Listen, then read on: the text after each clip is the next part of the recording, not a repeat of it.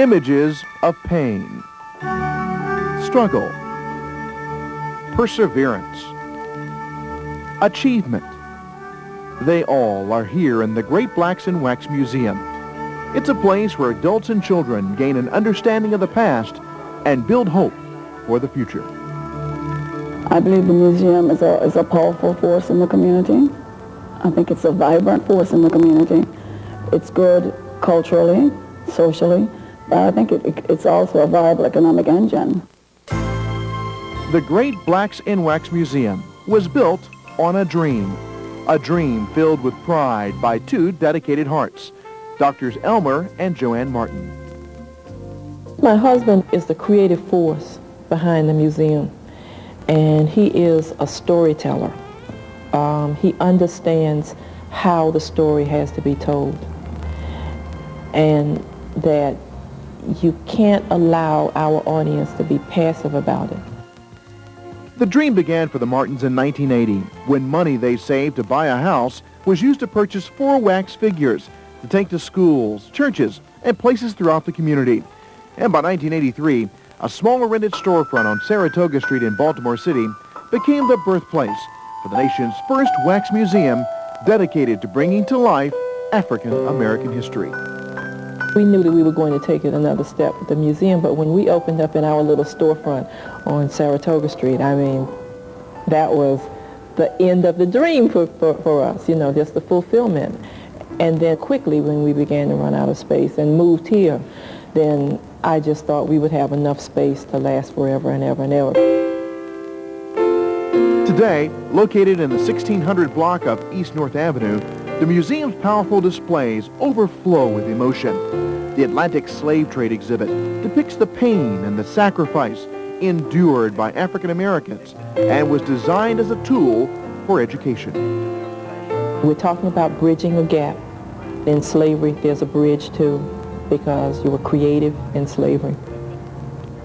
You managed to survive a situation that was designed to turn you into chattel and nothing more.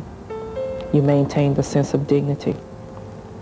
And that if you did that, having to face all of those obstacles, then you can certainly do that today when many people have paved the way and have served as a bridge for you to be here. So you have to make sure you listen to these things because these are going to be in your mind. Berta Welcome is the first black woman to become a state senator. If anyone ever asks you who's the first black woman to become a state senator, what are you going to say? That's right, Berta Welcome. Gregory Jones is building bridges of understanding for people of his generation. A third-year student at Morgan State University, Greg sees the need to continue educating leaders of tomorrow.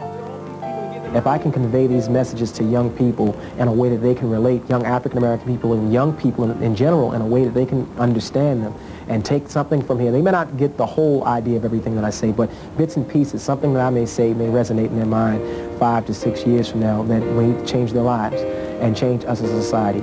If you understand your history, then you have an identity, you have a voice, you have an ancestral voice, and that's what we want to accomplish here at the Great Blacks in Wax Museum. Mostly, more importantly than anything, understand how history relates to you being in society today and how that can transcend into the future.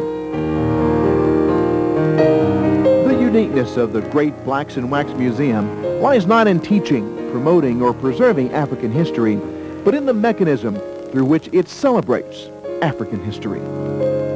I think a museum like this kind of brings people together. This is an American history museum.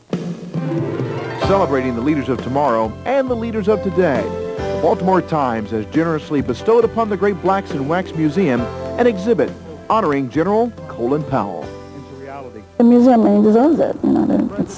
And I think General Powell realizes it too, because it's like a little piece of history. This is something else going to be here when we're all gone. That's the beauty of establishing an institution. You know, it's here. It's now greater than the 2 people who started it. I mean, it has a life of its own. The idea that Colin Powell wax figure would bring national attention to the museum and focus nationally on our expansion campaign, but also someone who was so well respected and whose renown just crosses so many different lines, racial lines, economic lines, cultural lines, national lines and so forth, that it would be an excellent way of celebrating our expansion, celebrating the Baltimore Times 10th anniversary.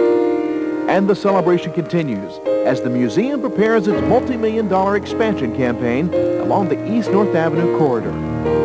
The expansion is necessary to be able to become an educational center, an educational complex, but also not just an educational complex that is Great Blacks in Wax Museum, but Great Blacks in Wax as a part of an educational complex that is this neighborhood, that is Baltimore, that is Maryland, that is the United States of America, that is the world, that all of those things come together in doing what we do, that our children need a worldview, that they need to see beyond North Avenue and Bond Street, and they need to see beyond this city, and they need to understand and have an appreciation for other people, other places.